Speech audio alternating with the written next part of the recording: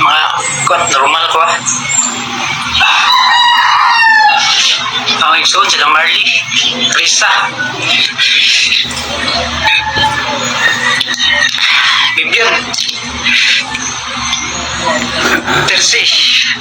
Uno nga usa sa hinungdan po ani iyang depresyon, no, hinungdan is pagkamatay sa iyang igsoon niya bulan, which is nag-celebrate po sila sa ika-40 nga diyas sa pagkamatay sa iyang igsoon ing bulan. So mo'y usa na mo ka nakita nga posible na hinungdan nga iyang isunog ang iyang kaugalingon, no. Alright guys, marites ng social media. Nag-static pa. Okay guys, marites na social media guys, no. Nakakalungkot, may viral kasi ngayon isang lalaki, no, sa Visayas, no. At nag-live siya at naglabas ng mga hinanakit at nababanggit niya yung mga pangalan ng mga kapatid niya siguro yun kasi hindi ko naman inalam ang buong kwento, basta nakikita ko lang doon sa video na talagang nakakalungkot kasi dumaan daw siya ng depression yata, tapos yun nga, sinunog niya yung sarili niya. Marami siyang binanggit na mga hinanakit niya, kailangan niya ng kausap, nag-iisa. Nabanggit niya pa na dapat ang magulang ay patas ang turing sa anak, no. Tapos yung mga kapatid niya parang nababanggit niya, irespeto niyo ako bilang kuya ba? Alam ko kuya siya eh. So kung ano, nag-come up talaga siya na tapusin ang kanyang sarili, no. So nalulungkot tayo. Ang atin dito guys, lalo na itong mga sasabihin ko sa harap ng camera ay sarili ko lang pong tinatawag na mga opinion. Kung kontra sa inyong mga pag-iisip, huwag nyo po ikagagalit, no. Sarili ko pong opinion na ibabahagi ko sa aking video para mabigyan ng tinatawag na makapagbigay ng gabay, makapagbigay ng inspire yung ibang tao o liwanag sa kaisipan, no. Ang depression guys ay hindi talaga basta-basta. Triggered po siya ng isang mental illness, no. Napagdaanan ko yan guys. Ako po ay naging nakuan din na tawag dyan, nag-diagnose din na nagkaroon ako ng ganun nung 18 years old ako, 17, 18, no.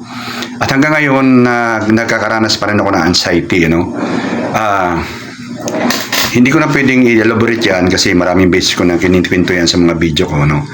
So nababanggit doon sa nilalaki na di kuya na hindi daw siya, igalang daw siya, tapos marami siyang hinanakit, no.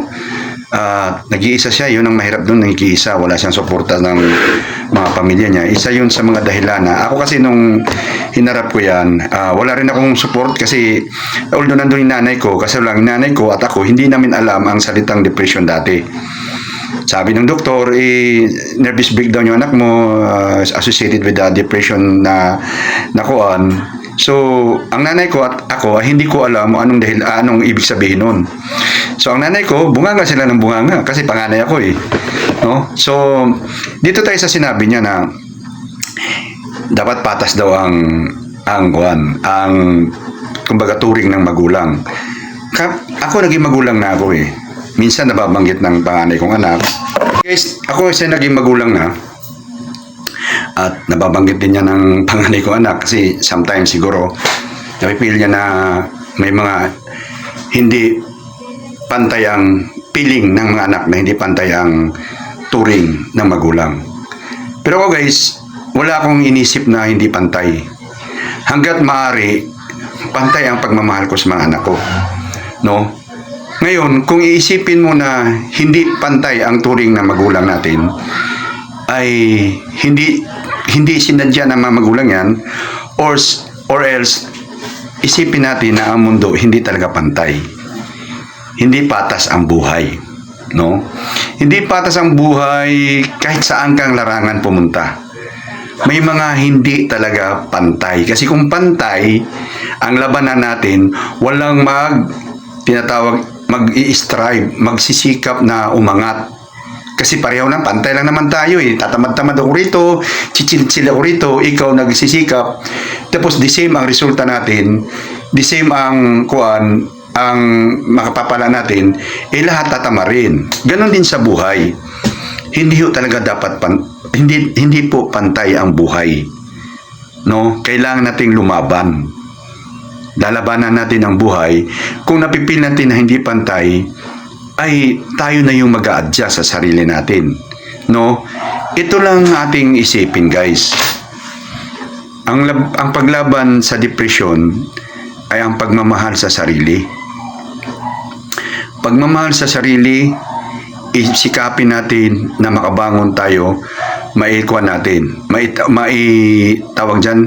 maitawid natin ang sarili natin. Unahin natin ang sarili natin na mahalin. Kasi kung hindi mo mamahalin ang iyong sarili, kahit sinong malapit sa buhay mo, hindi ka rin kayang mahalin. Diba? Kasi bakit? Ikaw nga, hindi mo kayang mahalin sarili mo eh. Ano, gusto mo pa, nanay mo, kapatid mo, pamangkin mo? Mamahalin ka ng tao sa paligid mo kung aayusin mo ang sarili mo. Ngayon, kung ikaw naman ay parang pinabayaan mo sarili mo, sino ngayon magmamalasakit? Bonus yan kung may isang taong mamalasakitan ka hanggang sa dulo-duluhan. No? Ang nagmamalasakit ay ang sarili lang natin. Pag may resulta na po yung malasakit sa sarili natin, diyan lalapit ang pagmamahal ng mga tao sa paligid mo. Pero kung papabayaan mo ang sarili mo, lalayo po ang pagmamahal ng ibang tao sa atin. Ngayon, kung sasabihin yung ang galing mo naman magsalita, hindi mo alam kung anong pinagdadaanan ng depression. Pinagdaanan ko po. Pinagdaanan ko po ang depression. Noong na-depress po ako, hindi ako naliligo. Ayaw ko ng tao, ayaw ko ng hangin, ayaw ko lumabas sa aming bahay. Ang mga tao sa amin tuwang-tuwa kasi may kayabangan ako nung kabataan ko. Piling pogi. Nung nagkasakit ako, lahat ng batch ko tuwang-tuwa sa nangyari sa akin. Yung taong mayabang pa naman na piling pogi, na diskaril, okay? Natigil ako sa pag-aaral, at hindi ko na alam kung anong gagawin ko sa sarili ko. Pero hindi ko ikukwento buo. Okay, tulad ni Kuya guys, ginawa niya na talagang napakasakit nung ginawa niya sa sarili niya. Sinunog niya, pati yung bahay, no? Sarili niya, sinunog niya. Imbis na, gumawa ka na lang ng paraan na makabawi ka sa sarili mo. Ipagpalagay na lang natin, no, na hindi nga talaga patas ang panahon para sa iyo. Pero kung mamumuhay ka ng di ba? Kung ano yung kakayahan na meron ka, pagyamanin na lang ba? No? Pagyamanin na lang natin. Maayos naman yung salita ni Kuya eh. Hindi naman talaga siya nawawala sa sarili niya eh. Nawala lang talaga siya ng pag-asa. Sabi niya, normal ako ha. Pero ang dami niyang binabanggit ng mga para bang nagtampo siya sa mga kapatid niya. Parang ganun ang dating ba? Nandun na tayo. Busy din yung kapatid mo. Baka talaga namang naghirap din sila sa buhay nila. Nakikipaglaban din sila sa buhay nila. Kanya-kanyang bakuan. Walang masamang humingi ng tulong sa mga kapatid natin. But kung hindi tayo bigyan ng tulong ng mga kapatid natin, ay hindi natin pwede silang obligahin. Kaya nga sabi tulong eh. So sisikapin na lang natin na mahalin natin sarili natin. Ito, ganito, no? Hirapan ka sa pagkain mo. Pagkain natin, di ba? Lugaw-lugaw tayo, asin-asin, makaraos lang. Ganun lang yun. Hindi natin, kung isipin natin na napag-iwanan na tayo ng panahon, well, ang importante, ang buhay na meron tayo. Diba? Yun yung kapahawakan mo na lang. Oo, maganda naman buhay nyo, masarap naman buhay nyo. Pero pareho pa rin tayong buhay. Ganun ba? O kasi naramdaman ko yan guys nung lahat ng classmate ko nagsiasinsuhan eh. Kahit mga kapatid ko nag-asinsuhan silang lahat. Kapatid ko puro mga profesional eh. May seaman, may police, may 2 nurse. Ako lang ang isang pogi. Yun lang. Ako lang talaga yung pinakakawawa sa lahat ng magkakapatid. No? Ako yung pinakalubog sa lahat. Lubog na lubog ako sa lahat. Mga classmate ko, lubog na lubog ako sa lahat. Pero inisip ko, walang magmamahal sa sarili ko kundi ako lang. No? Hindi yung anak ko, hindi yung asawa ko, kundi ako lang. No? Nung minahal ko sarili ko, ayun, lalo ako minahal ng mga anak ko, ng asawa ko. Kasi bakit? May pakinabang ako sa kanila eh. Pero kung isipin mo kung wala kung baga magpapawira ako kasi anak ko, wala akong kwentang tao. Isa akong failure na tao. Sa palagay nyo kaya mamahalin ako ng anak ko at asawa ko? Hassle ako sa kanila eh. Baka sabihin nila, pa, umalis ka na nga sa mundong ibabaw. Ang gulo mo. Ganon din, di ba? Sa mga taong nasa paligid mo, no? Maiinggit ka. Inggit na inggit ako sa mga classmate ko. Grabe kayayaman na ng mga classmate ko.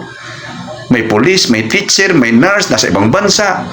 Kaya pag nag-attend ako ng alumni, hiyang-hiya ako sa sarili ko.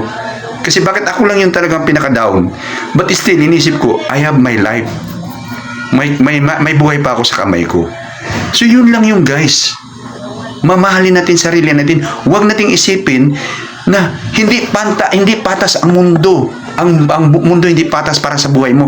Hindi talaga patas ang mundo. Kaya nga may kanya-kanya tayong pagsisikap eh. Kasi hindi patas.